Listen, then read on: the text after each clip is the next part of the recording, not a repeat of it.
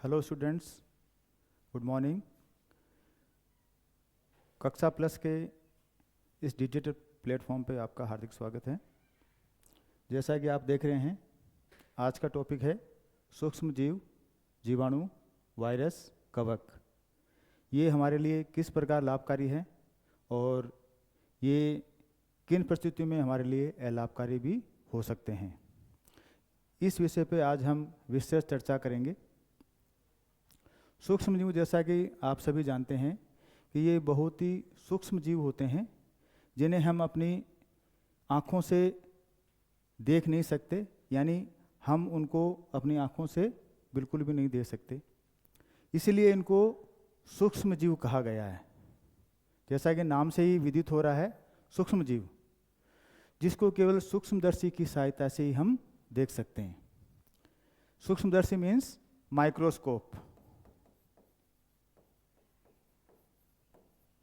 Microscope एक यंत्र होता है जिसकी मदद से हम बिल्कुल छोटे छोटे, जिन्हें हम अपनी आंखों से नहीं देख सकते, उनको हम बड़ी सरलता से हम उसको देख सकते हैं और उनका अध्ययन कर सकते हैं।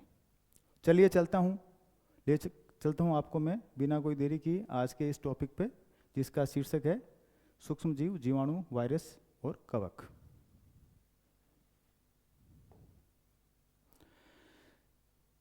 सूक्ष्म जीव का संक्षिप्त परिचय इस प्रकार है। कुछ जीव ऐसे भी हैं जिनको हम बिना यंत्र की सहायता से केवल आँखों से देख सकें, ऐसा संभव नहीं है। ये इतने छोटे होते हैं, very small particles, very small organisms, tiny organisms, कि उन्हें देखने के लिए यंत्र यानी कि सूक्ष्मदर्शी, जिसे हम माइक्रोस्कोप भी कहते हैं, की सहायता लेनी ही पड़ती है। उन्हें हम सूक्ष्म जीव कहते हैं। इन सूक्ष्म जीवों को मुख्यतः 4 वर्गों में बांटा गया है। पहला है जीवाणु, जिसे हम बैक्टीरिया कहते हैं। नेक्स्ट है कवक, जिसे हम फंगाई कहते हैं। तीसरे नंबर पे प्रोटोजोआ, जैसा कि सभी जानते हैं, हम पढ़ते हैं छोटी क्लासों में। अमीबा इसका एक एग्जाम्पल है, अमीबा पैरामीशियम यूग्लिना। ये फ्रेश वाटर में रहते हैं और जलीय जीव, सूक्ष्म जीव। नेक्स्ट आता है शैवाल, जिसको हम एल्गी कहते हैं। एल्गी।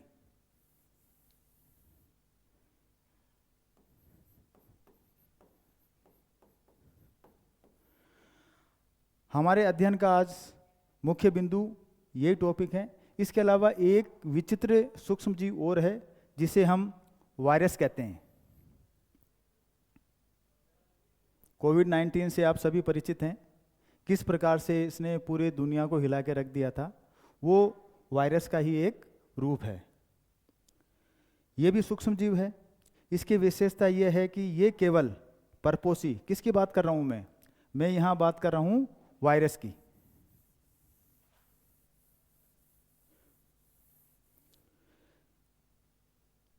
वायरस एक ऐसा सूक्ष्म जीव है जो केवल जीवित कोशिकाएं में ही अपनी संख्या को मल्टीप्लाई कर सकता है। अगर इसे परपोषी या होस्ट नहीं मिलता है तो ये निर्जीव की स्थिति में रहता है।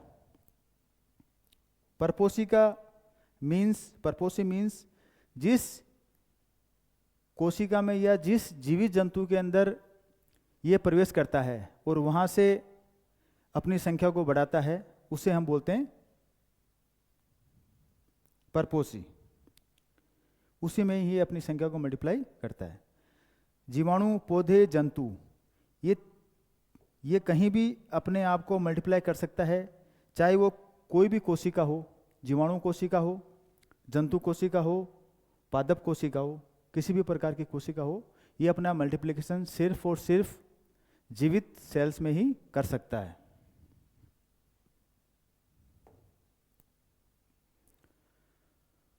सूक्ष्म जीव के जो मुख्य मुख्य गुण होते हैं उसके बारे में जानकारी करते हैं। सूक्ष्म जीव एक कोशिक का मीन्स ये सिंगल सेल्ड होते हैं। सिंगल सेल्ड ऑर्गेनिजम्स होते हैं। जीवाणु, कुछ शैवाल, प्रोटोजोआ या बहुकोशिक जैसे शैवाल और कवक। यानी कहने का मतलब ये है कि जो माइक्रो ऑर्गेनिजम्स हैं, सूक्ष्म जीव है, वो या तो एक कोशिक हो सकते हैं यानी सिंगल सेल्ड हो सकते हैं, या मल्टी सेल्ड यानी बहुकोशिक भी हो सकते हैं। सिंगल सेल्ड होते हैं जीवाणु, कुछ शैवाल, प्रोटोजोआ, और बहुकोशिक भी हो सकते हैं मल्टी सेल्ड जैसे शैवाल और कवक, यानी algae and fungi are multi cellular and bacteria and some algae protozoa are single celled. अब इनका जो स्थान है, कहाँ पर इनके हैबिटेट्स होते हैं, इनके पाए जाने की संभावना कहाँ होती है, इस जगत में ऐसा कोई भी जगह नहीं है। यानी कि इस संसार में या इस ब्रह्मांड में ऐसी कोई भी जगह नहीं है जहाँ पर सूक्ष्म जीव अपनी उपस्थिति नहीं दर्शाते हैं। कहने का मतलब ये है कि ये आइस में, बर्फ, ठंड वाली जगह, उष्ण जगह, गर्म पानी के जहाँ झरने होते हैं, जहाँ का टेम्परेचर 70 डिग्री तक होता है, वहाँ पर भी ये जीवित रहते हैं। जीवित स्रोत का मतलब होता है झरने, हॉट स्ट्रीम्स, मरुस्थल, डेजर्ट, दलदल, कीचड़, सभी जगह पर ये पाए जाते हैं। यानी इसका मतलब है कि हम ये सर्वव्यापी है, जिसे हम कॉस्मोपॉलिटन भी कहते हैं। ऐसे जीव जंतु जो सभी जगह पाए जाते हैं, उन्हीं में आता है हमारा जीवाणु।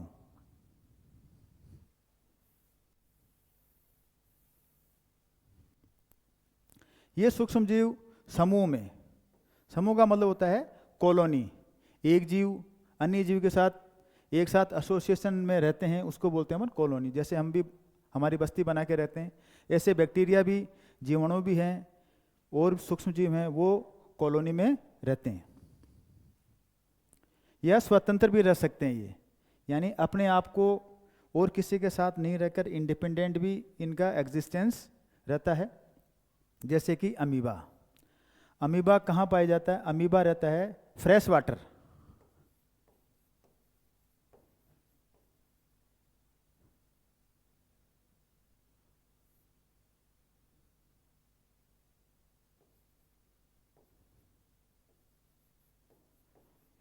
फ्रेश वाटर एनिमेलिक्यूल है ये, यानी स्वच्छ वाटर में रहने वाला जीव है अमीबा। ये स्वतंत्र रहता है, ये इंडिपेंडेंट रहता है।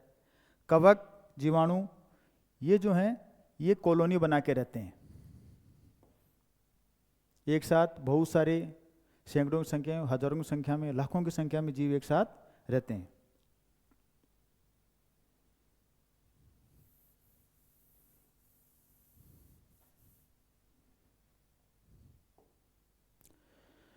जीवाणु की परिभाषा क्या है? जीवाणु कैसे दिखते हैं? जीवाणु की संरचना कैसी होती है? जीवाणु का आकार कैसा होता है? जीवाणु कहाँ पाए जाते हैं? जीवाणु किस प्रकार के इनकी आकृति है? कौन कौन से रोग उत्पन्न करते हैं? ये हमारे लिए कितने लाभदायक हैं और कितने हानिकारक हैं? देखिए, बैक्टीरिया यानी कि जीवाणु, हरित लवक जिसको हम बोलते हैं क्लोरोप्लास्ट, ये पादप कोशिका का एक अभिन्न अंग होता है। ये इसमें नहीं पाया जाता। जीवाणु की जो पहली विशेषता है कि इसमें किसी भी प्रकार का क्लोरोप्लास्ट नहीं पाया जाता है। ये सिंगल सेल्ड है, एक कोशिकीय है या बहुकोशिकीय भी हो सकता है। प्रोकैरियोटिक सूक्ष्म जीव, प्रोकैरियोटिक सूक्ष्म जीव का मतलब होता है जिनमें केंद्रक है वो किसी भी प्रकार के आवरण से बंधा हुआ नहीं है, यानी वो आवरणहीन है, यानी उसमें जो न्यूक्लियर मेम्ब्रेन है वो नहीं पाई जाती है। जैसे कि हम जानते हैं, सपोज करो ये एक कोशिका है, इसमें सेंटर के अंदर केंद्रक होता है, ये कोशिका भित्ति है, बाकी और सेल ऑर्गेनेल्स होते हैं, कोशिकांग होते हैं, और ये बीच में केंद्रक होता है। केंद्र के चारों तरफ एक झिल्ली होती है जिसको केंद्रक झिल्ली कहते हैं। इस प्रकार की जो झिल्ली होती है वो इन जीवाणु में नहीं पाई जाती है। यानी इसमें जो केंद्रक होता है वो प्रिमिटिव टाइप का होता है, पूरी तरह से विकसित केंद्रक इसमें अनुपस्थित होता है। इसीलिए इसे हम प्रोकैरियोटिक सूक्ष्मजीव कहते हैं।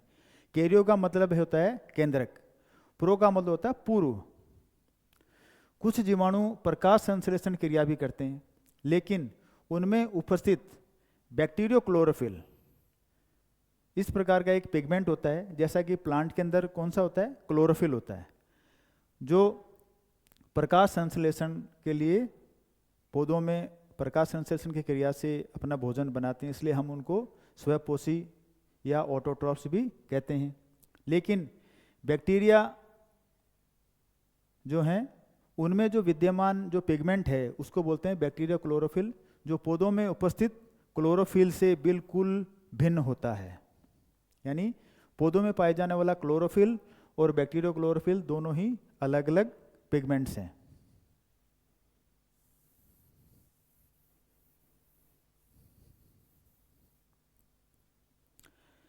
अब बात करते हैं बैक्टीरिया को सर्वप्रथम किसने खोजा। फर्स्ट टाइम बैक्टीरिया की खोज वैज्ञानिक एंटनी वॉन लीवेनहॉक इनके द्वारा की गई। इन्होंने इसको नाम दिया सूक्ष्मजीव, टाइनी एनिमैल्क्यूल, यानी सूक्ष्मजीव। अब एंटनी वॉन लीवेनहॉक ने सूक्ष्मजीव जो है वो सबसे पहले कहाँ खोजा, यह भी एक विषय है। कई बार क्वेश्चन पूछ लेते हैं कि एंटनी वॉन लीवेनहॉक ने सूक्ष्मजीव तो खोजा, लेकिन हमारे शरीर के कौन से भाग के अंदर उस सूक्ष्मजीव की सबसे पहले प्राप्ति हुई। तो उन्होंने इसको जो खोजा वो हमारे जो दांत होते हैं, दांत के अंदर के जो सेल्स होते हैं जिसको हम खुरचन कहते हैं, उन खुरचन को कुचर के उसमें उन्होंने माइक्रोस्कोप लगाकर पहली बार उसको देखा और उसको नाम दिया सूक्ष्मजीव। हालांकि बाद में कई सालों बाद के अंदर इसको जो जीवाणु नाम दिया, जीवाणु नाम देने वाले हैं एहरनबर्ग 1829 में। कहने का मतलब यह है कि सूक्ष्मजीव जिसको हम जीवाणु कहते हैं उसकी खोज एंटनी वॉन लीवेनहॉक ने की और उसको नाम दिया जीवाणु एहरनबर्ग ने। कई बार एग्जाम में पूछ लिया जाता है हु डिस्कवर्ड बैक्टीरिया, उस स्थिति में हमारा आंसर होगा एंटनी वॉन लीवेनहॉक। ये क्या है, जीवाणु क्या है? जीवाणु एक प्रकार की कोशिका है।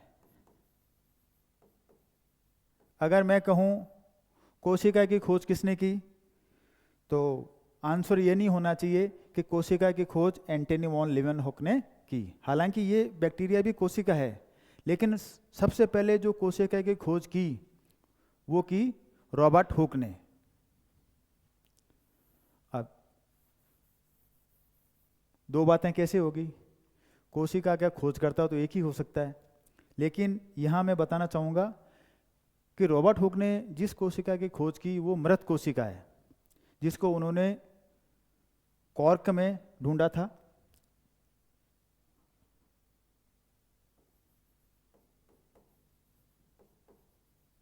कोशिका का खोजकर्ता हुक।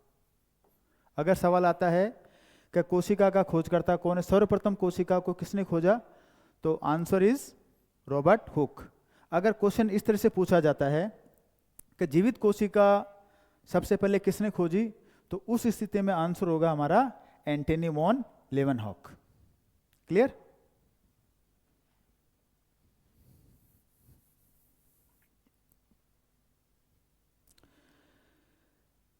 सर्वप्रथम जीवाणु कोशिकाओं का कल्चर, आर्टिफिशियल कल्चर जो किया था, कृत्रिम संवर्धन जिसको हम कहते हैं, वो किया था रॉबर्ट कोच ने।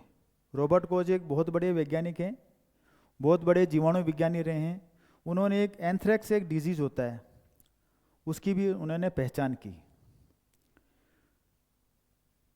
नेक्स्ट स्लाइड्स में हम इससे संबंधित जब क्वेश्चन की बात करेंगे तब हम Robert Koch, Edward Jenner, Alexander Fleming, इस प्रकार के जिन जिन वैज्ञानिकों का योगदान इस जीवाणु विज्ञान में रहा है उसके बारे में और डिटेल में जानकारी दी जाएगी। चलते हैं नेक्स्ट स्लाइड की ओर। जीवाणु का अध्ययन, विज्ञान की बहुत सारी शाखाएं होती है, उन सभी शाखाओं का जब जिसे संबंधित होता है उसको उस विज्ञान के साथ अटैच कर दिया जाता है। जीवाणु का अध्ययन हम जिस साइंस में के साथ करते हैं उसको हम बोलते हैं जीवाणु विज्ञान। जीवाणु विज्ञान के अध्ययन को जीवाणु विज्ञान कहते हैं। बैक्टीरियोलॉजी, इंग्लिश में इसको कहते हैं बैक्टीरियोलॉजी। अब क्वेश्चन बनता है, who is the father of bacteriology? जीवाणु विज्ञान का जनक कौन है? तो जीवाणु कोशिका जिसने खोजी, जीवित जीवाणु कोशिका खोजी, वही जीवित जीवाणु विज्ञान का जनक है, यानी कि एंटनी वॉन लीवेनहॉक। जीवाणु हमें कहाँ कहाँ से प्राप्त होते हैं, इनके हैबिटेट्स क्या है? हैबिटेट मीन्स इनका वास स्थान, जहां पर इनके पाए जाने की संभावना मैक्सिमम होती है। तो सभी जगह, जैसा कि पूर्व बताया, जीवाणु संसार के अंदर ऐसी कोई भी जगह नहीं है जहां पर जीवाणु नहीं पाए जाते। अभी मेरे आसपास, मेरे ऊपर, मेरे साइड में, एनीवेयर जीवाणु पाए जाते हैं। इवन हमारे मुख में, हमारे मुंह में, हमारे बालों में कई प्रकार के जीवाणु हैं, लेकिन उनको हम देख भी नहीं सकते और उनको महसूस भी नहीं कर सकते। हमें कब पता पड़ता है? जब हम बीमार होते हैं, तब वो हमारी बॉडी के अंदर एंटर हो जाते हैं। उस स्थिति में बीमार होने के बाद के अंदर जब डायग्नोस किया जाता है, तब हमें पता चलता है कि हम कौन सी बीमारी से ग्रसित हैं। तब विभिन्न प्रकार की जांचें होती है और हमें बताया जाता है कि आपको टाइफाइड है, किसी को टीबी है, किसी को लेप्रोसी है, और भी बहुत सारे रोग हैं जिनकी जानकारी इसमें दी जाएगी। यहाँ पर हम बात कर रहे हैं कि जीवाणु कहाँ कहाँ मिलते हैं। जीवाणु अमूमन सभी जगह मिलते हैं, ज़मीन में, आसमान में, दलदल में, कीचड़ में, पानी में, बर्फ़ में, गर्म पानी के स्रोत हैं, झरनों में। हम फ्रिज में जो टेम्परेचर होता है उसके अंदर हम अपने साग सब्जियां जो भी चीज़ होती है उसको बचाने रखने की कोशिश करते हैं। इसलिए रखते हैं क्योंकि ठंडी जगह पर, बहुत ज़्यादा जहाँ ठंड होती है वहाँ पर इनकी जो एक्टिविटी होती है, इनकी कार्य प्रणाली होती है, वो थोड़ा धीमी हो जाती है, लेकिन समाप्त नहीं होती है।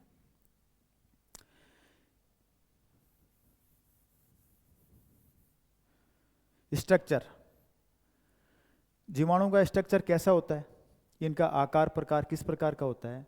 तो ये एक कोशिका संरचना होती है जिसके चारों ओर आवरण लगा होता है कोशिका भित्ति का। कोई भी जीवाणु है, कोई भी सूक्ष्म जीव है, उसके चारों ओर एक कवच होता है जिसको हम कोशिका भित्ति कहते हैं। कोशिका भित्ति के नीचे कोशिका झिल्ली पाई जाती है। जीवाणु में जो कोशिका झिल्ली होती है वो प्रोटीन और फॉस्फोलिपिड्स, प्रोटीन एंड फॉस्फोलिपिड से मिलकर बनती है। और कोशिका झिल्ली होती है, इसका काम क्या होता है? ये सेलेक्टिवली परमेबल होती है। पारगम्य झिल्ली बोल सकते हैं। पारगम्य का मतलब होता है पारगम्य, जिसके पार पदार्थों का आवागमन इजीली हो सके। तो कोशिका झिल्ली के द्वारा कुछ पदार्थ अंदर आ सकते हैं कोशिका में और कुछ पदार्थ बाहर निकल सकते हैं, इसलिए हम इसको पारगम्य झिल्ली भी कहते हैं।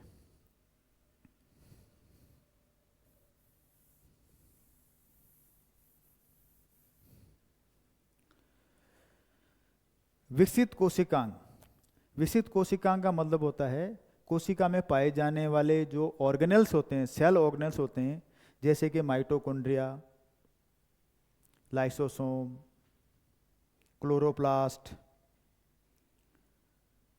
लेपे ऐसे जो कोशिका अंग होते हैं वो इनका बिल्कुल इसमें अभाव होता है, यानी ये नहीं पाए जाते। प्राथमिक प्रकार का केंद्रक होता है जिसको हम न्यूक्लियोइड्स कहते हैं। पूर्ण तरह से विकसित केंद्रक का इसमें अभाव होता है, जिसको जो न्यूक्लियस इसमें होता है, केंद्रक होता है, उसको हम किस नाम से जानते हैं? न्यूक्लियोइड। न्यूक्लियोइड का मतलब होता है इसमें जो कोशिका झिल्ली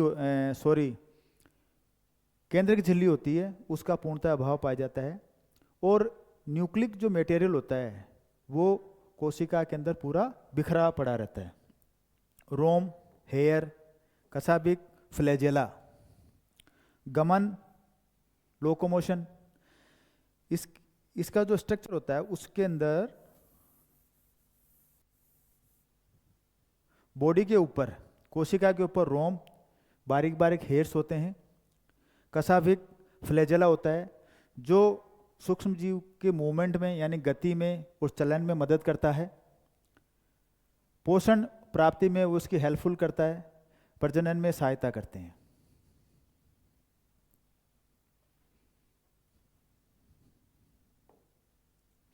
ये है आपके बैक्टीरिया की सेल। बैक्टीरिया जीवाणु कोशिका है, उसकी संरचना इस प्रकार होती है। बॉडी एक कैप्सूल लाइक बॉडी होती है, दिख रहा? इसकी शेप कैसी है? कैप्सूल, कैप्सूल जैसी इसकी बॉडी होती है, राउंड शेप में होता है।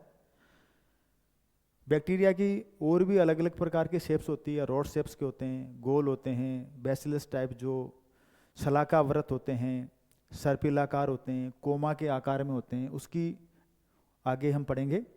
यहाँ हम इसके स्ट्रक्चर की बात कर रहे हैं।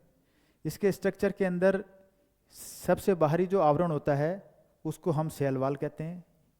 ये इस पूरी बॉडी को कवर करके रखती है, जो इसको एक आकार प्रदान करती है। जीवाणु कोशिका को आकार प्रदान करने का और मजबूती प्रदान करने का काम होता है सेल वॉल का, जिसको हम कोशिका भित्ति कहते हैं। इसके नीचे, कोशिका भित्ति के नीचे, ये जो लेयर होती है नीचे, इसके नीचे की तरफ just plasma membrane, plasma membrane को हम कोशिका झिल्ली भी कहते हैं। ये पारगम्य झिल्ली होती है। इसमें से कुछ पदार्थ कोशिका से बाहर से अंदर भी आ सकता है और कोशिका का अंदर जो पदार्थ है वो बाहर भी निकल सकता है। इस प्रकार ये आवागमन पथ को नियंत्रित करती है। न्यूक्लियोइड, ये इसका केंद्रक है। केंद्र कैसा है इसका? प्रोकैरियोटिक टाइप का केंद्रक है, यानी ये केंद्रक है जो पूरी तरह विकसित नहीं है। इसके देखिए आप किसी भी प्रकार की कोई झिल्ली, केंद्रक झिल्ली इसके ऊपर नहीं है। यानी न्यूक्लिक मटेरियल है जो इसका पदार्थ है वो पूरी कोशिका के अंदर बिखरा हुआ है।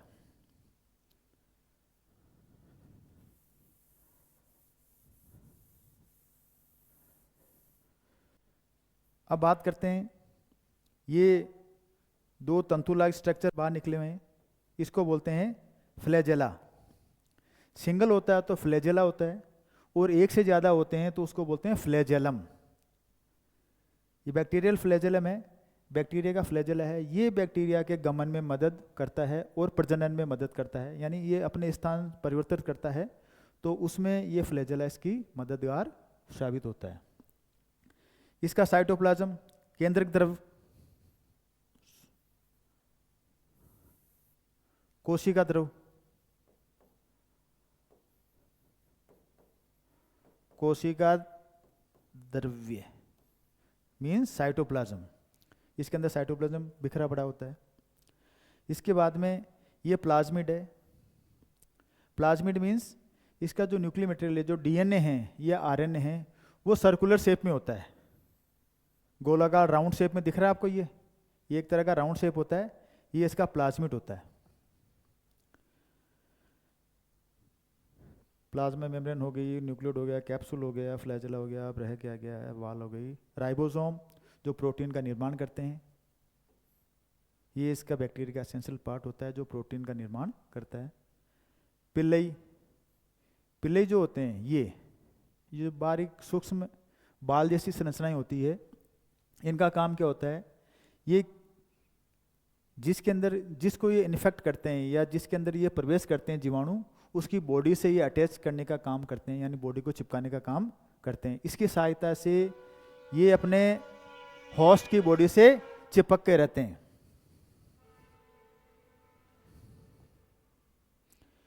शेप्स ऑफ बैक्टीरिया, यानी विभिन्न प्रकार के बैक्टीरिया जीवाणु जिनके बारे में हम पढ़ रहे हैं, उनका आकार किस किस प्रकार का होता है उसकी जानकारी इस पेज पे है। कोकस, कोकस मीन्स राउंड, गोल। इस प्रकार के जो जीवाणु हैं उनका आकार गोल होता है, गोलाकार होता है।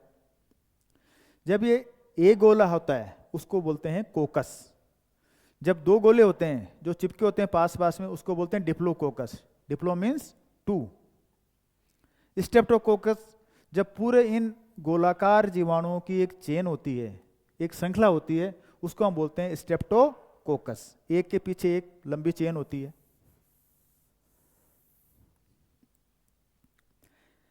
बैसिलस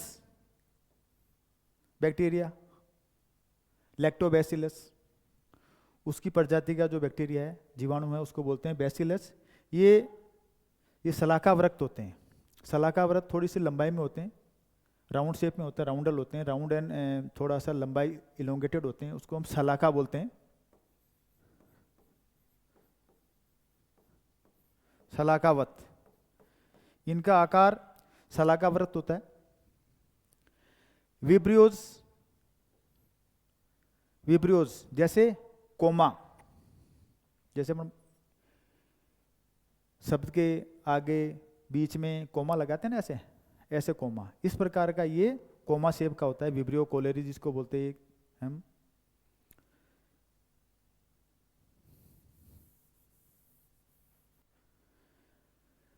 स्पाइरला, ये जीवाणु का प्रकार है। इसकी आकृति, जिन जीवाणु की आकृति स्पाइरला जैसी होती है, इसके थोड़े ये हेयर लाइक प्रोजेक्शन प्रवर्त निकले होते हैं, वो इसके मूवमेंट में हेल्प करते हैं।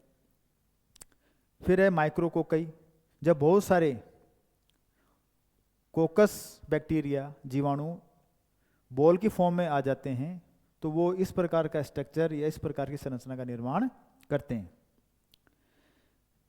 स्पारोचिड्स, ये लंबे स्पाइरल, जैसे ऐसे स्पाइरल हम बोलते हैं, इस प्रकार के शेप के बैक्टीरिया होते हैं। ये इलोंगेटेड होते हैं, लंबे होते हैं। इस प्रकार बैक्टीरिया विभिन्न आकार के होते हैं। इनका आकार कोई निश्चित नहीं होता है, ये कई आकार में पाए जाते हैं। Coccus, diplococcus, streptococcus, bacillus, vibrios, spirilla, micrococci, स्पाइरोचिट्स।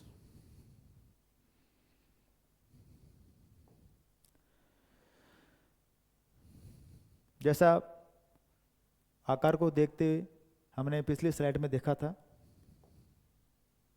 कोकस शलाकावृत, bacillus type के जो जीवाणु होते हैं उनका आकार शलाकावृत होता है। इसका एग्जाम्पल है बैसिलस एंथ्रेसिस। ये एक जीवाणु का नाम है जिसका आकार शलाकावृत होता है, वो है बैसिलस एंथ्रेसिस। माइक्रोकोकस जो बैक्टीरिया होते हैं, जीवाणु होते हैं, वो गोल होते हैं, वो राउंड शेप के होते हैं, जो माइक्रोकोकस होते हैं। अब इस माइक्रोकोकस जीवाणु के अंदर भी और प्रकार हैं। डिप्लोकोकस, जब दो एक साथ जुड़े होते हैं, दो राउंड बैक्टीरिया अटैच होते हैं तो उनको हम डिप्लोकोकस बोलते हैं। एक निमोनिया जो रोग होता है उसको ये कारक होता है। Streptococcus bacteria lacti, lactis, streptococcus lactis जो चेन शेप में होते हैं। सार्सिनाई सार्सिना, सार्सिनाई सार्सिना जो होता है, इनका आकार घनाभ की तरह होता है, यानी घन जैसा हम देखते हैं, पूरी शेप होती है इसकी, इस तरह के शेप में होते हैं ये। यानी ये 8 के 64 और 128, इस प्रकार से जब बहुत सारे जीवाणु 8 जीवाणु, 64 जीवाणु या 128 जीवाणु एक पूरे शक्ल अख्तियार कर लेते हैं, एक पूरा राउंड शेप ले लेते हैं, तो वो घनाभ की आकृति का बन जाता है। उसे हम सार्सिना टाइप का बैक्टीरिया या जीवाणु होता है। सर्पिला कर्तिक, ये गई, ये सर्पिला कर्तिक है, स्पारोकिट्स।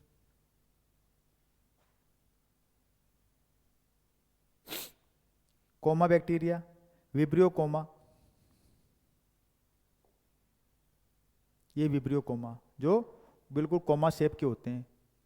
कोमा शेप होता है ऐसा जैसा अपन लगाते हैं, ये कोमा इस प्रकार के शेप के होते हैं, इसको बोलते हैं विब्रियो बैक्टीरिया या कोमा प्रकार के जीवाणु।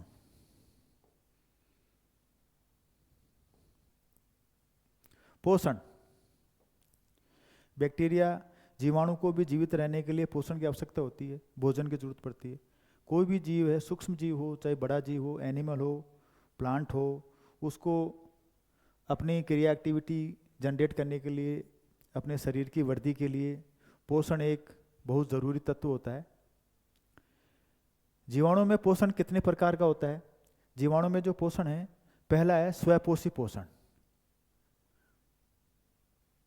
स्वपोषी अपना भोजन जो स्वयं निर्माण कर ले उसे हम स्व पोषण कहते हैं। ऐसे जीवाणु कौन से हैं जो अपना भोजन का निर्माण या अपना भोजन स्वयं बना सकते हैं? स्वपोषी जीवाणु, प्रकाश संश्लेषी जीवाणु।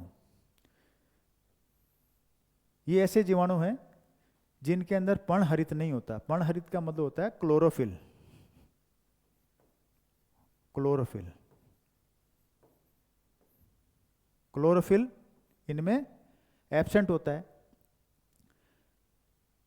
इस प्रकार का जो जीवाणु है उसका नाम है क्रोमेटियम।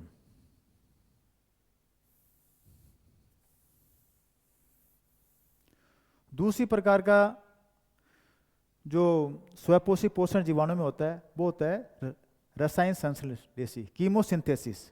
कीमोसिंथेसिस का एग्जाम्पल है नाइट्रोसोमोनास और नाइट्रोबैक्टर। ये इनका जो रोल होता है वो होता है नाइट्रोजन का स्थिरीकरण में। नाइट्रोजन फिक्सेशन के दौरान इन बैक्टीरिया का बहुत बड़ा रोल होता है। ये नाइट्रोजन को फिक्स करते हैं और पौधों को उपलब्ध करवाते हैं। दूसरे प्रकार का पोषण जो जीवाणु में होता है वो होता है विषमपोषी, यानी ये दूसरे जीवों पर अपने भोजन के लिए निर्भर रहते हैं, यानी दूसरे जीवों से अपना भोजन प्राप्त करते हैं।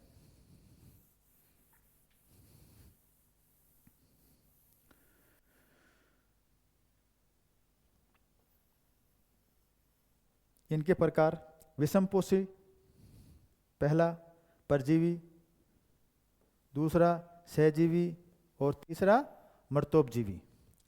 परजीवी को बोलते हैं हम जो दूसरे जीवों पर निर्भर करे अपना भोजन प्राप्ति के लिए, उसको बोलते हैं परजीवी। इसका एग्जाम्पल है माइकोबैक्टीरियम। सहजीवी सिम्बायोटिक एसोसिएशन जिसे हम कहते हैं, यानी जब एक जीव दूसरे जीव के साथ रहकर एक दूसरे की सहायता से अपने जीवन को चलाते हैं, एक दूसरे की मदद करते हैं, इस प्रकार से जो उनमें एसोसिएशन होती है उसको बोलते हैं सहजीवी या सिम्बायोसिस। इसका एग्जाम्पल है राइजोबियम। इसका उपयोग भी हम नाइट्रोजन फिक्सेशन के दौरान देखा जाता है।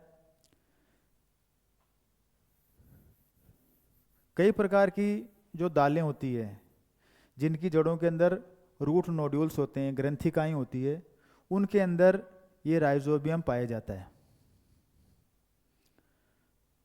और वो जमीन में रखकर नाइट्रोजन को फिक्स करने का काम करते हैं और जो भूमि है उसकी उर्वरता को बढ़ाते हैं। नेक्स्ट है मर्तोपजीवी। मर्तोपजीवी को बोलते हैं सैप्रोफाइट।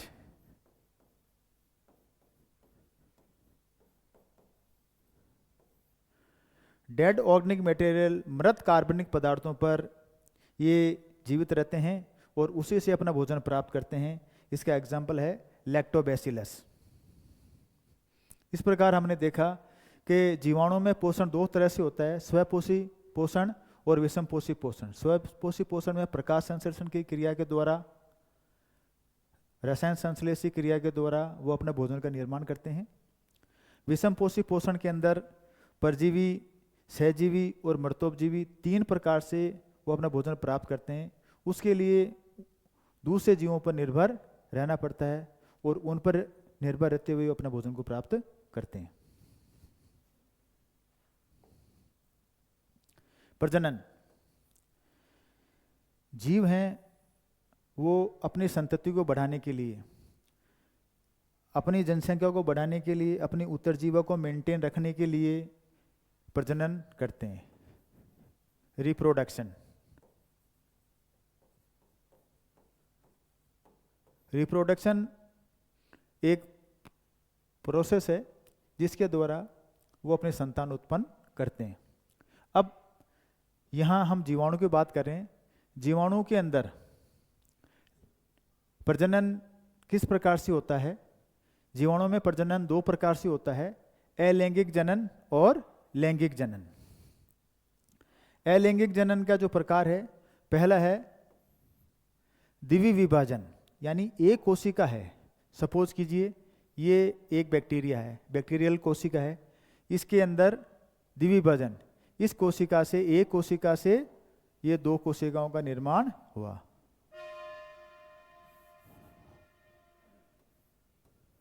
इस कोशिका से 2 कोशिकाएं बन गई।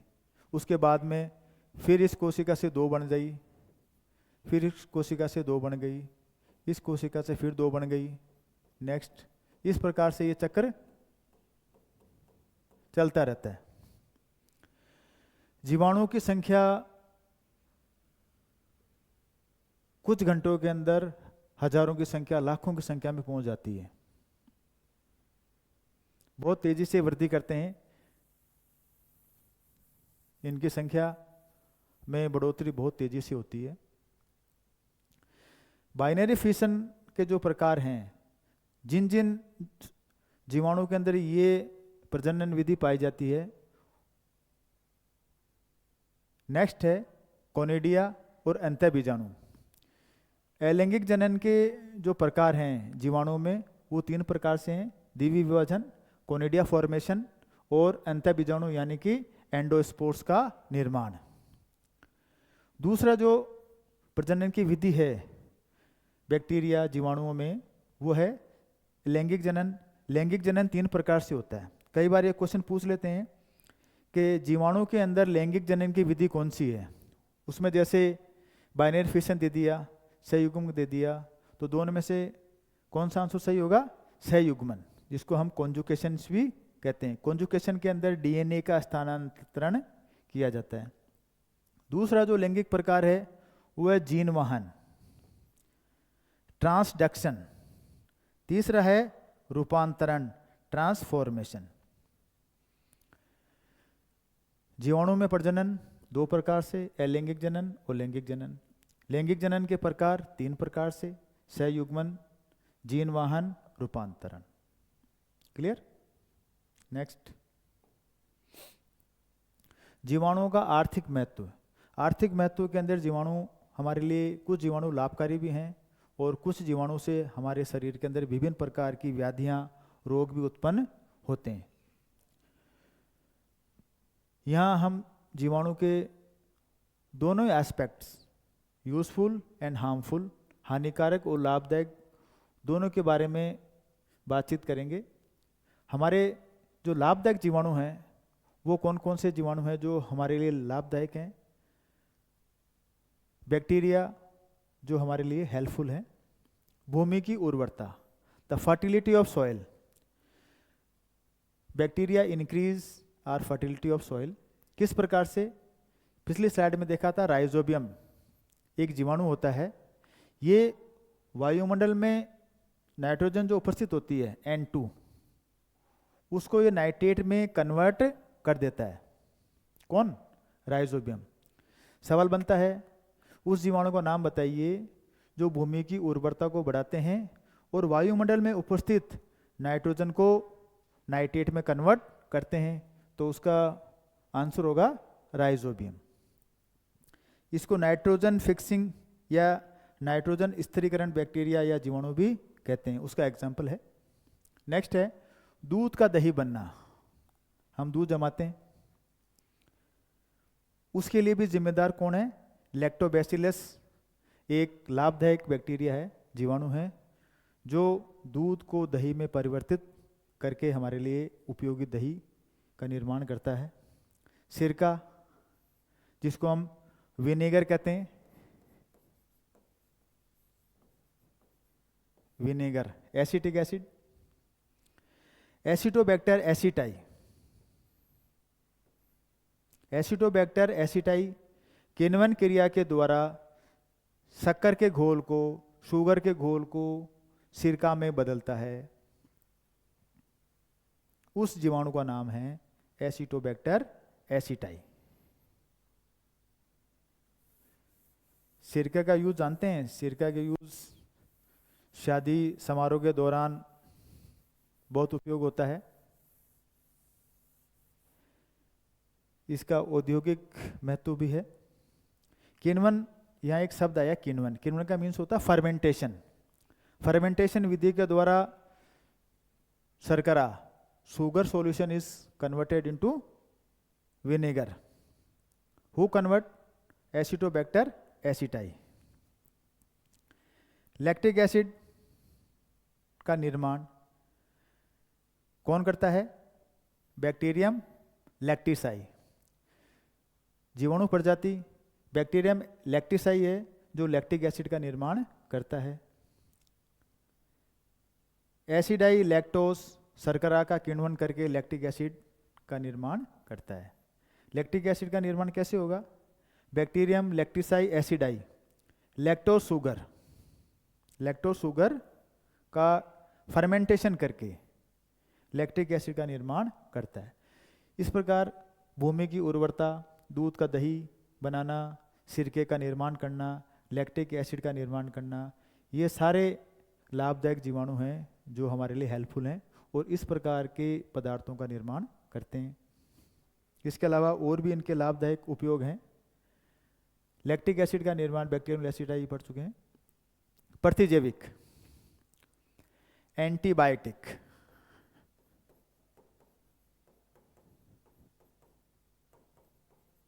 एंटीबायोटिक्स जो मेडिसिन्स होती है उनके निर्माण में जीवाणुओं का बहुत बड़ा रोल होता है। इसके साथ साथ फंगाई होते हैं, जीवाणु और कवक दोनों का ही रोल एंटीबायोटिक निर्माण में बहुत बड़ा है। एंटीबायोटिक औषधियों का निर्माण, पहली है इरिथ्रोमाइसिन। इरिथ्रोमाइसिन जो मेडिसिन होती है, एंटीबायोटिक मेडिसिन है, उसका निर्माण स्ट्रेप्टोकोकस इरीथ्रीडस नामक का जीवाणु है जो इरिथ्रोमाइसिन एंटीबायोटिक बनाता है। स्ट्रेप्टोमाइसिन स्ट्रेप्टोकोकस ग्रीसस के द्वारा, टेरामाइसिन स्ट्रेप्टोकोकस रिमोसस, क्लोरोमाइसिन स्ट्रेप्टोकोकस ओरोफेसिइंस। ये बैक्टीरिया के प्रकार हैं और ये उन बैक्टीरिया का उपयोग करते हुए जो एंटीबायोटिक्स का जो निर्माण किया वो ये एंटीबायोटिक्स है।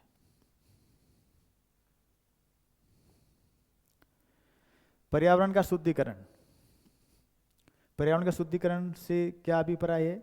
यानी ये पर्यावरण में जो चीज़ें हैं, डेड पार्टिकल्स, कार्बनिक पदार्थ हैं, मृत जीव हैं, चमड़ा है, पुरानी कोई सड़ी गली चीज़ें हैं, सब्जियों के छिलके हैं, उनका डिकम्पोजिशन करके हमारे पर्यावरण को शुद्ध करते हैं। जीवाणु, सूक्ष्म जीव, पादप, अपशिष्ट, पेड़ पौधे के जो अवशिष्ट होते हैं, पेड़ पौधे की पत्तियां हैं, पेड़ पौधे का कचरा है, फसल पकने के बाद में उसकी जो भूसी होती है उसको हम इधर उधर रख देते हैं, उन सब को डिकम्पोजिशन कौन करेंगे? जीवाणु, सूक्ष्म जीव। ये उसका अपघटन करते हैं। अपघटन मीन्स उनको डिकम्पोज, यानी उनको वापस जमीन के अंदर उन तत्वों को मिला देते हैं। खाद का निर्माण, हानिकारक और दुर्गंधयुक्त पदार्थों का निम्नीकरण करके पर्यावरण को शुद्धिकरण भी करते हैं। खाद का निर्माण कैसे होगा कि हमारे वातावरण में कई प्रकार के जो ऑर्गेनिक मटेरियल्स होते हैं, कार्बनिक पदार्थ होते हैं, जो हानिकारक और दुर्गंध उत्पन्न करते हैं, उन पदार्थों का निम्नीकरण यानी उनको डिकम्पोज कौन करेगा? जीवाणु करेंगे और उनको वापस पर्यावरण में मिक्स कर देते हैं। ये तो बात हो गई हेल्पफुल बैक्टीरिया की, लाभदायक जीवाणुओं की। इसके साथ साथ हानिकारक जीवाणु भी हैं जो विभिन्न प्रकार से हानि पहुंचाने का काम करते हैं। भोजन विषाक्तन, जिसे हम फूड पॉइजनिंग भी कहते हैं, यानी हमारे भोजन को दूषित कर देते हैं। हम जानते हैं कि गर्मी के मौसम में जीवाणुओं की जो एक्टिविटी होती है वो ज़्यादा हो जाती है बजाय सर्दी के मौसम में। तो गर्मी के मौसम में जब हम भोजन बनाते हैं, सब्जी बनाते हैं, तो उसके खराब होने के चांसेस ज़्यादा होते हैं। सर्दी के मौसम में जब टेम्परेचर कम होता है तो जीवाणुओं की जो गतिविधि होती है, एक्टिविटी होती है, वो थोड़ी लो हो जाती है, मंद पड़ जाती है। हालांकि समाप्त नहीं होती है, कुछ समय बढ़ जाता है इनका। तो एक्टिविटी लो होने की वजह से इनकी जो मल्टीप्लिकेशन होती है वो थोड़ी धीमी होती है। तो भोजन विषाक्तन की बात यहाँ करते हैं तो उसको बोलते हैं फूड पॉइजनिंग। इसके लिए जो कारक है वो है क्लोस्ट्रीडियम बोटुलिनियम। ये एक जीवाणु है जो फूड पॉइजनिंग के लिए जिम्मेदार होता है। कई बार हम देखते हैं कि कहीं बहुत बड़ा भोज का आयोजन हो रहा है, हजारों की संख्या में लोग भोजन करते हैं, तो वहाँ पर कई लोगों को उल्टी, मतली ऐसी बीमारी होने लग जाती है और उनको हॉस्पिटल ले जाके भर्ती कराना पड़ता है। उसका रीज़न क्या है? उसका रीज़न है फूड पॉइजनिंग। खाना बनाया, उसको कुछ समय के लिए रख दिया, उसी भोजन को सेकंड टाइम में और काम में ले लिया, लेकिन उसकी जांच नहीं करी कि भाई इसमें कहीं सड़ान, कहीं बदबू तो उत्पन्न नहीं हो रही है। तो जब उस भोजन को, पड़े हुए भोजन को, जिसमें से बैक्टीरिया की उत्पत्ति हो गई, बैक्टीरिया उसमें अपना मल्टीप्लिकेशन स्टार्ट कर दिया, तो वो सड़ान जो होगा वो हमारे शरीर में जाकर विभिन्न प्रकार की व्याधियां को उत्पन्न करेंगे। और जो भी व्यक्ति इसे इस प्रकार का जो भोजन को ग्रहण करेंगे उनके अंदर फूड पॉइजनिंग के चांसेस बहुत ज़्यादा होते हैं और उनको मेडिसिन या हॉस्पिटल में ले जाके भर्ती कराना पड़ता है। इसलिए कहते हैं कि ठंडा या पुराना जो भोजन होता है उसको हमें अवॉइड करना चाहिए, ताज़ा ही लेना चाहिए।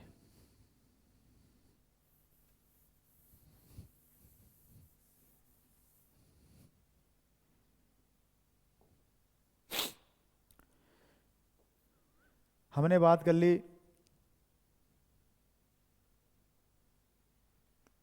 भोजन विषाक्तन की। अब बात करते हैं पौधों में किस प्रकार से जीवाणु नुकसानदायक साबित होते हैं। आलू को नुकसान कैसे पहुंचाएंगे? सेथिल रोग, आलू के अंदर जो रोग होता है सेथिल रोग होता है।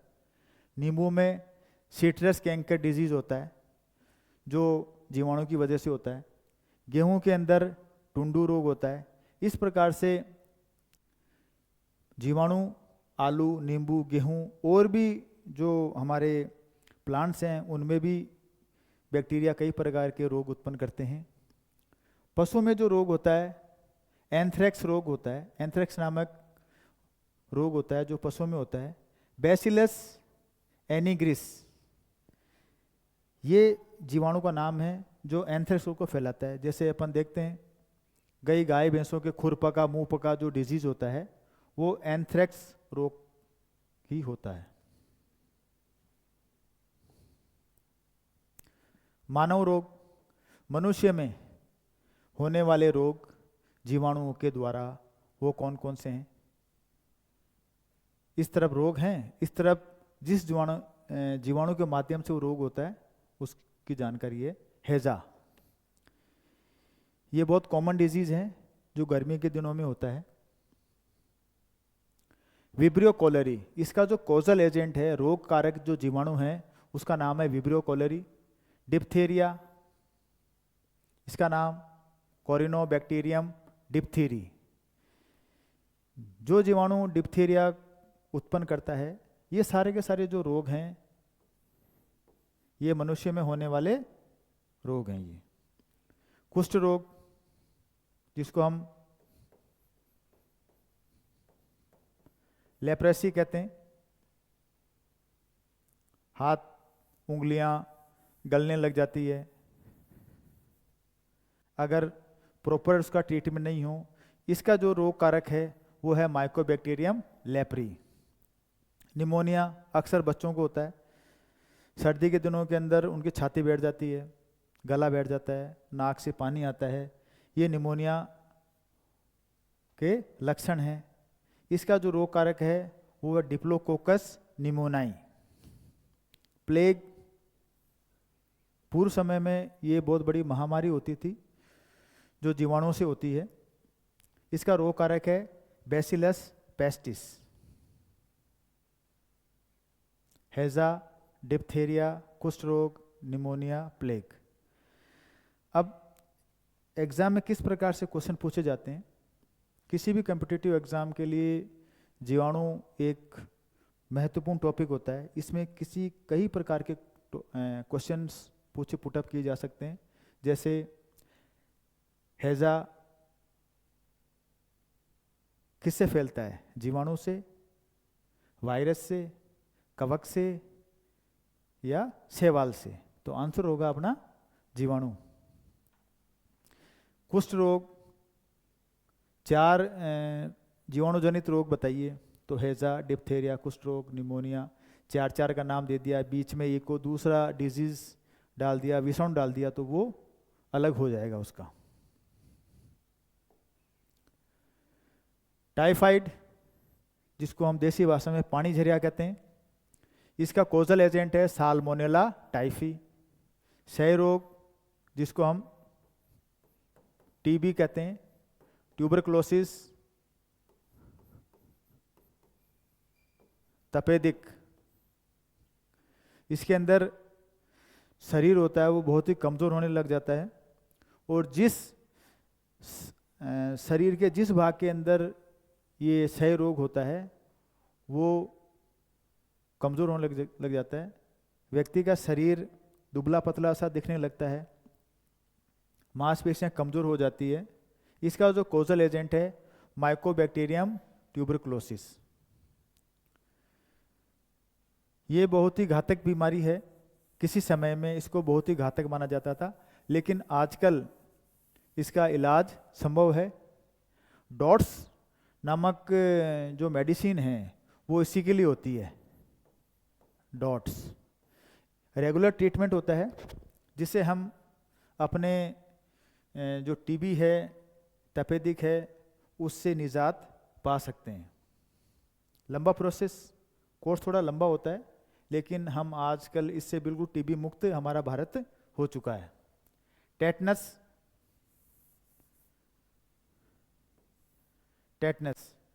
टेटनस होता है क्लोस्ट्रीडियम टिटेनी। इस प्रकार के जो जीवाणु होते हैं वो हमारे ज़मीन के अंदर फैले होते हैं। जब किसी व्यक्ति को चोट लगती है और वो मिट्टी के संपर्क में आता है, लोहे के संपर्क में आता है, तो उस पर उपस्थित जो जीवाणु होते हैं वो उसे टेटनस नामक रोग दे देते हैं। इसके जो लक्षण होते हैं टेटनस के, शरीर में एठेंसी आ जाती है, मांसपेशियों में खिंचाव आ जाता है, शरीर धनुष आकार का होने लग जाता है। तो वो अगर किसी में दिखाई देते हैं तो डेफिनेटली वो टेटनस रोग के ही लक्षण होंगे। काली खांसी, जिसको हम वोपिंग कफ भी कहते हैं, इसका कॉजल एजेंट है हेमोफिलस पर्टुसिस। सुजाक और सिफिलिस, ये 2 प्रकार के जो डिजीज हैं ये महिलाओं में होते हैं। ये जीवाणु जनित रोग हैं जो महिला के जो जेनेटल ऑर्गन्स होते हैं उसमें इस प्रकार के रोग होते हैं। इनके जो रोग कारक हैं, सुजाक का रोग कारक है गोनोकोकस गोनोराही, और सिफिलिस का है ट्रेपेनोमा पैलिडम। कॉम्पिटिटिव एग्जाम में ये सवाल आता है, महिलाओं में जीवाणु रोग कौन कौन से हैं? तो महिलाओं में जो जीवाणु जो रोग होते हैं जेनिटल ऑर्गन से होते हैं, जननांग संबंधी जो डिजीज हैं, जो रोग हैं, वो हैं सुजाक और सिफिलिस।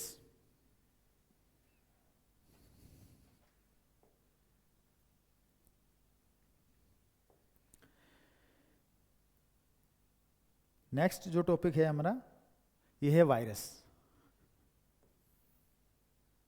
वायरस ये सूक्ष्म जीव, सिंपल डेफिनेशन। सूक्ष्म को अगर मैं और करूं तो ये हो गए अति सूक्ष्म,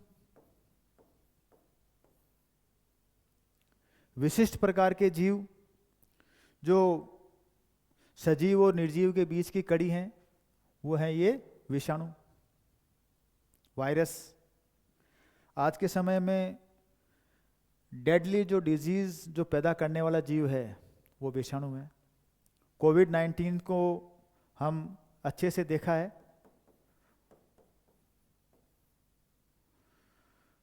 जिसने पूरी दुनिया को हिला दिया था।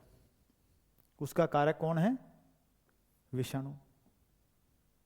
अभी लेटेस्ट ही एक और वायरस की चर्चा हो रही है, लेकिन उसके केस भारत में बहुत कम मिले हैं। वो इतना फैटल नहीं है जितना ये कोविड है। आज हम अवेयर हो चुके हैं। इस प्रकार की कोई भी महामारी या विश्व में फैलने वाली महामारी अगर कोई भारत की तरफ आती है तो हम पहले अवेयर हो जाते हैं। कई प्रकार के हमारे शोध हुए हैं मेडिसिन के अंदर। सबसे अच्छा तो है precaution is better than cure, यानी हम अपनी सुरक्षा पहले ही लेकर रखें, हम सावचेत रहें, तो हम अपने आप को रोग से बचा सकते हैं, अपने स्वजनों को रोग से बचा सकते हैं।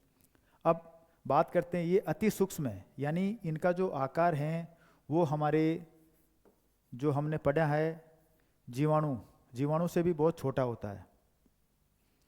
जीवाणु की हम बात करी हमने जीवाणु की। आकार की बात करते हैं, जीवाणु एंड विषाणु। जीवाणु का आकार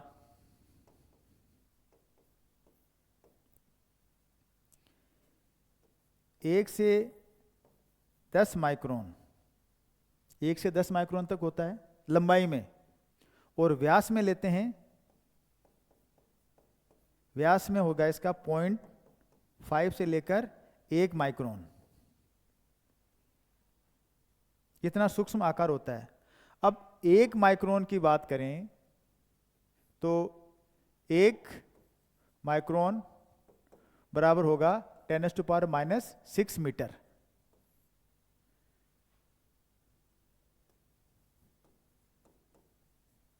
जीवाणु के आकार को हम माइक्रोन में नोट करते हैं। अब विषाणु की बात करते हैं। विषाणु का जो आकार होता है वो नैनोमीटर में होता है। इसका आकार किस में होगा? नैनोमीटर में, यानी 2 नैनोमीटर से 200 नैनोमीटर। 1 नैनोमीटर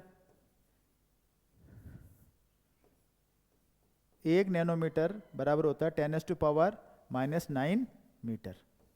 अब आप देख लीजिए, 1 नैनोमीटर अगर मीटर की बात करते हैं तो ये 1 मीटर का 1 अरबवां भाग होता है, और 1 माइक्रोन है जो 1 मीटर का 10 लाखवां भाग होता है। इस प्रकार से हम कंपैरिजन पे हम यही बताते हैं कि जो जीवाणु की तुलना में विषाणु है जो अति सूक्ष्म जीव है।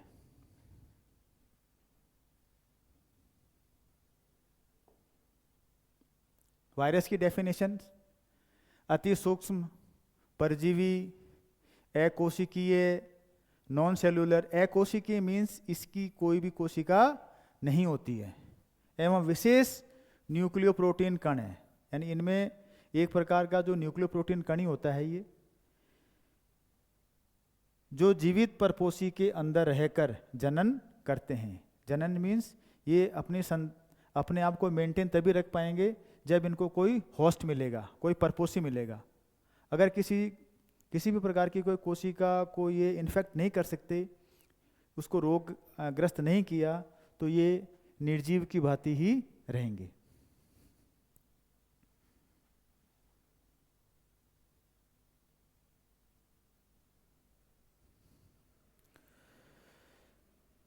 खोज, विषाणु की खोज Ivanovsky Russian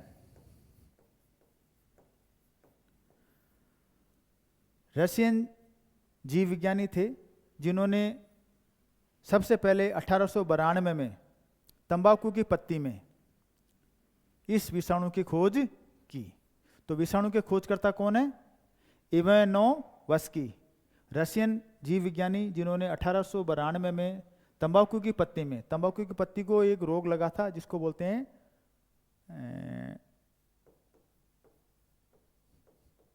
tobacco mosaic disease.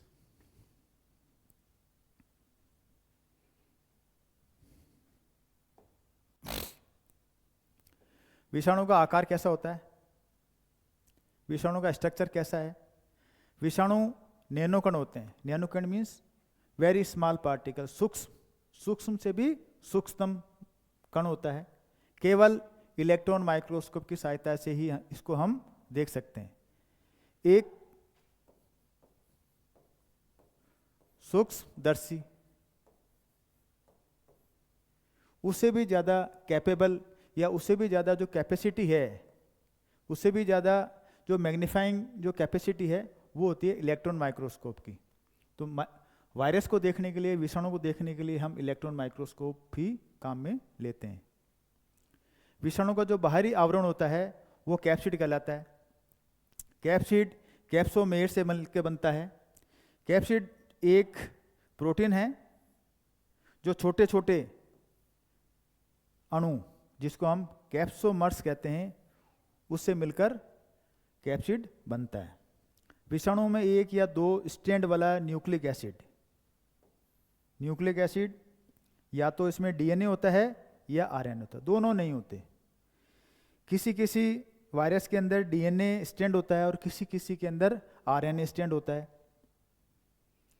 RNA virus व डीएनए वायरस आकार में, व्यास में 20 नैनोमीटर होता है।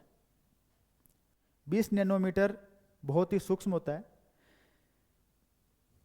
इसका आकार जीवाणु की तुलना में, ये इस प्रकार से इसका स्ट्रक्चर होता है। ऐसा लगता है जैसे कोई सैटेलाइट हो रहा है, लॉन्च होने जा रहा है, बिल्कुल सैटेलाइट के ही आकार का ये विषाणु की आकृति होती है। ये ऊपर इसका हेड है, यहाँ से इसका हेड है, और ये इसकी बॉडी है, और ये इसकी टेल है। न्यूक्लिक एसिड, इसमें सिंगल स्ट्रैंडेड, एकल स्ट्रैंडेड होता है, जो या तो डीएनए या आरएनए होता है। प्लांट में अगर ये वायरस है, प्लांट वायरस है, तो उसमें आरएनए होता है। एनिमल वायरस के अंदर डीएनए भी हो सकता है और आरएनए भी इसका न्यूक्लिक मटेरियल, न्यूक्लिक एसिड के रूप में पाया जाता है, न्यूक्लियन मटेरियल होता है। बाहरी जो इसका आवरण होता है, इसको हम कैप्सिड कहते हैं। कैप्सिड कैप्सोमेयर नामक छोटे छोटे अणुओं से मिलकर बनता है। इसके बाद में ये जो इसकी होती है शेप, इसको कॉलर बोलते हैं। प्रोटीन अडेप्टर्स होता है इसके साइड में। ये जो है इसको बोलते हैं शीथ। ये शीथ है, ये पूरी यहाँ से लेकर, इसमें इस प्रकार का स्ट्रक्चर है। ये इसका बेस प्लेट है, बेस इसका वो प्लेट, बेस प्लेट। उसके बाद में ये जो टेंटिकल लाइक जो स्ट्रक्चर निकले हैं, इसको फाइबर्स बोलते हैं, फाइबर। ये फाइबर लाइक स्ट्रक्चर होते हैं। ये इसको स्पाइक्स भी कहते हैं। इस प्रकार से ये एक वायरस का चित्र है, वायरस की संरचना है, बहुत ही टिपिकल संरचना है। प्रकार, अब वायरस भी कई प्रकार के होते हैं। क्यों? पौधों को रोग फैलाने वाले पादप विषाणु, जंतुओं के रोग फैलाने वाले जंतु विषाणु, बैक्टीरिया को नुकसान पहुंचाने वाले, जीवाणुओं को नुकसान पहुंचाने वाले बैक्टीरियोफेज। पहले बात करते हैं पादप विषाणु की। पादप विषाणु का एग्जाम्पल है टीएमवी।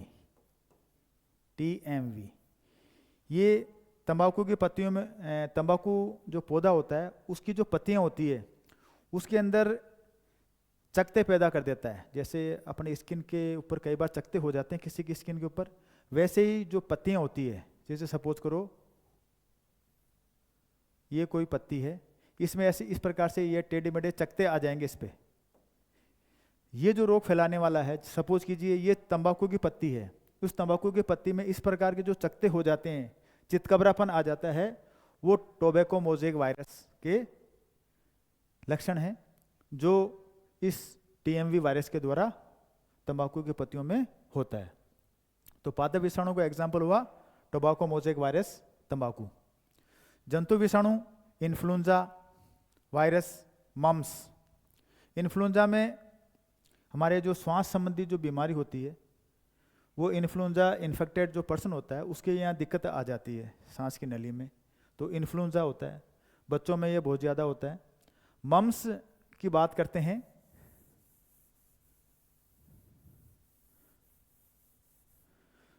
मम्स को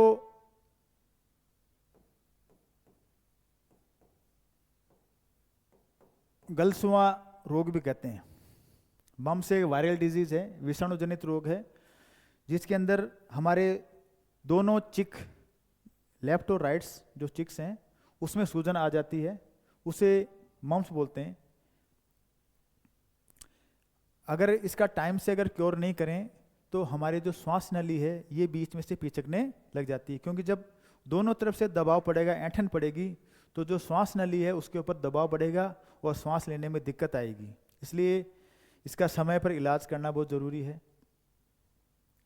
बैक्टीरियोफेज, बैक्टीरियोफेज होते हैं जीवाणु भोजी, जो जीवाणु का भोजन करने वाले या जीवाणु का भक्षण करने वाले जो वायरस हैं उसको हम बोलते हैं जीवाणु भोजी या बैक्टीरियोफेज। ये केवल जीवाणु पर ही आश्रित रहते हैं। जैसे T2 फेज, T2 फेज नामक जो बैक्टीरियोफेज है वो बैक्टीरिया को इन्फेक्ट करते हैं और उस पर डिपेंड रहते हैं। विषाणु को सजीव व निर्जीव के बीच की कड़ी कहते हैं। विषाणु हैं जो virus is the connecting link between living and non living. How, कैसे? पूर्व में बताया सजीव कोशिका, सजीव कोशिका वायरस, वायरस किसको इन्फेक्ट करेगा? सजीव कोशिका। सजीव कोशिका में प्रवेश करने के बाद के अंदर ये अपनी संख्या को मल्टीपल करता है। अगर निर्जीव कोशिका है तो उसके अंदर इसकी ग्रोथ नहीं होगी। सजीव और निर्जीव दोनों के बीच की कड़ी इसलिए कहते हैं क्योंकि वायरस के अंदर कुछ गुण सजीव को हैं तो कुछ गुण निर्जीव के हैं। देखिए, विषाणु को क्रिस्टल बनाकर निर्जीव पदार्थ की भांति बोतल में भरकर वर्षों तक रखा जा सकता है।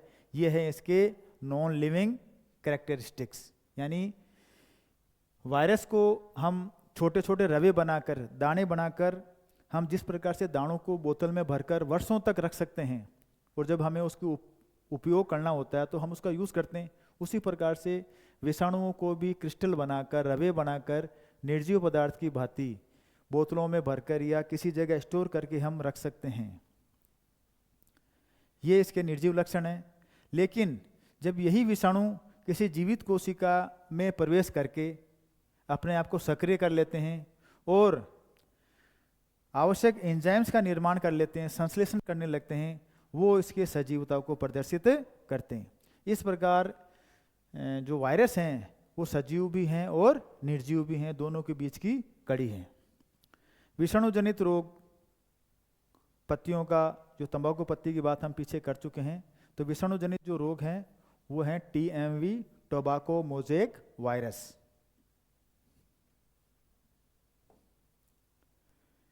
इसके अलावा नेक्स्ट जो डिजीज हैं जो पादपों में होता है, केला, केले में जो डिजीज होता है वायरस का, विषाणु का, वो है बंकी टॉप ऑफ बनाना, यानी केले के अंदर एक बंकी टॉप डिजीज होता है जो वायरस जनित रोग है। खसरा, जिसको हम मिजल्स बोलते हैं, देसी गांव की भाषा में जिसको हम बोदरी कहते हैं, बच्चों को खास कर ये होती, छोटे छोटे दाने निकल आते हैं बच्चों के, पिंक कलर के स्पॉट्स हो जाते हैं, पूरे बॉडी पर रेसेस आ जाते हैं, उसको हम बोदरी या मिजल्स कहते हैं। चेचक, स्मॉल पॉक्स, हर्पीस, चेचक के अंदर भी छोटे छोटे से दाने उड़ते हैं। और कई बार अगर प्रॉपर अगर इसका क्योर नहीं हो जाता, निदान नहीं हो पाता, तो वो जो स्पॉट्स हैं वो परमानेंट बॉडी पे मार्क हो जाते हैं। जैसे हम देखते हैं कि अब तो चेचक का टीका बन चुका है ना। अब हालांकि पिछले 40-50 सालों के अंदर हमें चेचक का एक भी केस नहीं दिखा। 70s के अंदर ये एक बहुत ही भयानक रोग की किस्म में आता था, और उस वक्त चेहरे पर, हाथ पे दाने दाने से हो जाते थे और वो स्थायी रूप से आकार ले लेते थे, खड्डे पड़ जाते थे चेहरे के ऊपर, तो वो डिजीज होता था चेचक। ये आज बिल्कुल इरेडिकेट हो चुका है, बिल्कुल मतलब बीमारी की जो जगत से है ये गायब हो चुका है। इस प्रकार आज कई सालों से एक भी केस हमें चेचक का नज़र नहीं आया। हर्पीज वायरस से होता है। इसके अंदर हमारे जो बॉडी होती है, जिस किसी को भी हर्पीज होता है उसकी बॉडी के अंदर रेसेस हो जाते हैं, गले में, गर्दन पे, हाथ पे, तो छोटे छोटे से लंबे लंबे से रेसेस हो जाते हैं ऐसे, तो ये पहचान है हर्पीज की। इन्फ्लुएंजा वायरस से फैलता है। पोलियो,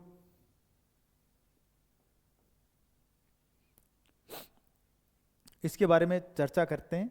पोलियो जो डिजीज होता है, जब किसी भी बच्चे को ये शुरुआत में जब डिजीज होता है तो ये सही से क्योर नहीं हो पाता है। धीरे धीरे हम उसके देखते हैं उसके हाथ और पैर के जो वृद्धि होती है वो कमज़ोर होने लगती है। एक पैर या एक हाथ बिल्कुल पतला रह जाता है, तब हमें पता लगता है कि ये पोलियो के लक्षण हैं। पोलियो की पहचान इसी तरह से होती है, रोगी को देखकर हम बता सकते हैं कि ये पोलियो ग्रसित है। पाँव का विकास नहीं होगा, हाथ का विकास नहीं होगा, मांसपेशियाँ कमज़ोर रह जाती है, मांसपेशियों में प्रॉपर वृद्धि नहीं होती है, इस वजह से शारीरिक विकास हाथ और पैरों का नहीं हो पाता है। लेकिन आज पोलियो हमारे भारत से विदा हो चुका है। पोलियो के लिए सबसे पहला जो विशेष अभियान चलाया गया था वो चलाया था 1995 में। बहुत बड़े स्तर पर गांव-गांव, ढाणियों के अंदर इसको प्रचारित किया गया था, लोगों में जागरूकता की गई थी कि भारत को पोलियो मुक्त बनाना है। सरकार के प्रयास सफल भी रहे और कई जो सरकारी संगठन हैं, स्कूल्स हैं और राज्य सरकारें, केंद्र सरकारें और विश्व स्तर पर भी इसको पोलियो मुक्त करने के लिए विशेष प्रयास किए गए थे। आज बात करते हैं भारत की पोलियो की स्थिति के बारे में, तो आज भारत है जो बिल्कुल पोलियो मुक्त है। भारत को विश्व स्वास्थ्य संगठन ने पोलियो मुक्त कब किया, कब माना, या भारत पोलियो मुक्त कब हुआ, इस पे कई बार प्रश्न पूछ सकते हैं।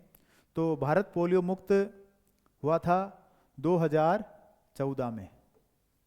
कब हुआ? 2014 में। और अंतिम जो मामला है 27 मार्च 2014 को WHO ने भारत को पोलियो मुक्त घोषित किया। अब सवाल ये भी बनता है कि भारत में पोलियो का जो अंतिम मामला है वो कब और कहाँ मिला। ये सवाल अक्सर कई कॉम्पिटिटिव एग्जाम में पूछा गया है कि भारत में पोलियो का मामले बढ़ रहे हैं या घट रहे हैं, या अंतिम जो मामला है वो पोलियो का कब दिखा भारत में। वो दिखा 2011 में। 2011 के बाद में भारत में कोई भी पोलियो का केस नहीं आया। अंतिम जो मामला मिला वो मिला था पश्चिम बंगाल में। आज भारत पोलियो मुक्त राष्ट्र की श्रेणी में है। ये एक बहुत बड़ी उपलब्धि है। नेक्स्ट हम बात करते हैं रेबीज की।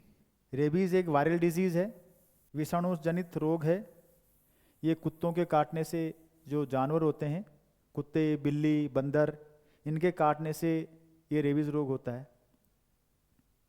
इसलिए भैया कुत्ते हैं, बिल्ली हैं, बंदर है, इनसे दूर ही रहा कीजिए, क्योंकि ये जो रेबीज जो डिजीज़ हैं, ये अगर इसका प्रॉपर मात्रा में या अगर हम समय पर हम अनदेखी कर देते हैं या प्रॉपर मात्रा में इसका ट्रीटमेंट नहीं लेते हैं, जानकारी के अभाव में, या हम लापरवाह हो जाते हैं, तो ये कभी भी रिपीट मार सकता है।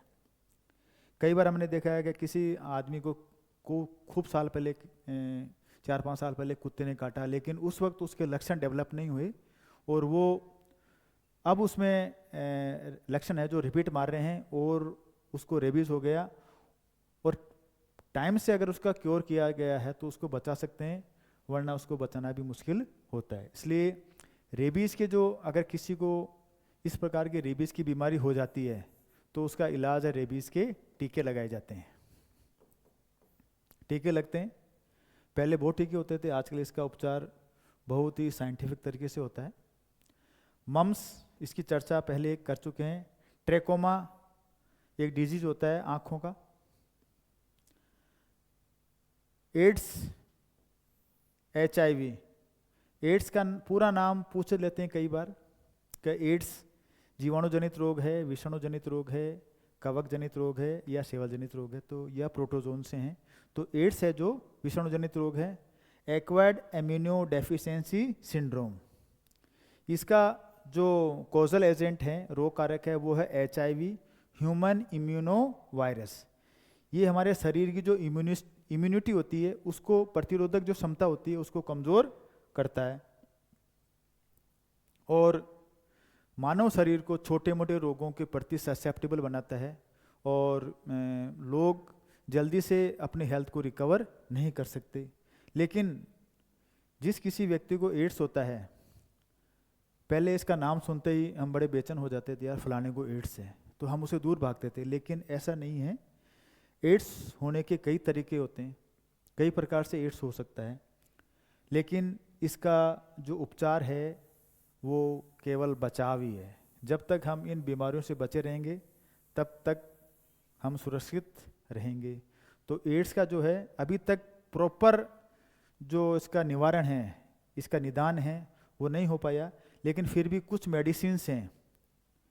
अगर हमें अर्ली स्टेज में इसका एड्स का पता लग जाता है जी, तो डॉक्टर्स की परामर्श लेकर उसको नियमित रूप से ट्रीटमेंट दिया जाए, दवाई दी जाए, वो अच्छा पौष्टिक भोजन अगर वो लेता रहे तो वो अपने जीवन को थोड़ा लंबा कर सकता है, लेकिन वो अपने आप को एड्स फ्री नहीं कर सकता।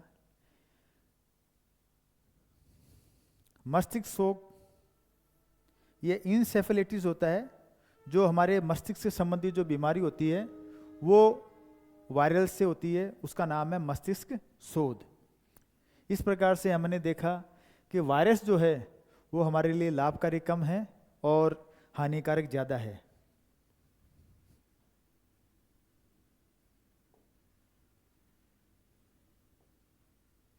ये हम पढ़ चुके हैं।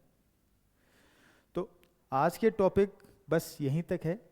आज के टॉपिक से संबंधित जो रिलेटेड जो क्वेश्चंस बनते हैं, ये कोई भी जो एग्ज़ाम्स हैं, कॉम्पिटिटिव एग्ज़ाम्स हैं, SSC का है, रीट का है, फर्स्ट ग्रेड है, सेकंड ग्रेड है, उन सभी पेपर के लिए जीवाणु, विषाणु, इनके रोग कारक एक महत्वपूर्ण बिंदु होते हैं। इनमें से बहुत प्रश्न पूछे जाते हैं और अलग अलग प्रकार से पूछे जा सकते हैं। इसलिए इस टॉपिक को लाइटली मत लीजिए, और ये आपके जैसे मैथ्स में स्कोरिंग होता है, इसमें भूलने वाली बातें नहीं है। इसको आप बहुत अच्छे से कीजिए और ये टॉपिक आपके लिए हेल्पफुल रहेगा। और नेक्स्ट जो टॉपिक है उसके बारे में हम अगली क्लास में चर्चा करेंगे। तब तक के लिए धन्यवाद। जय हिंद, जय भारत। Thank you.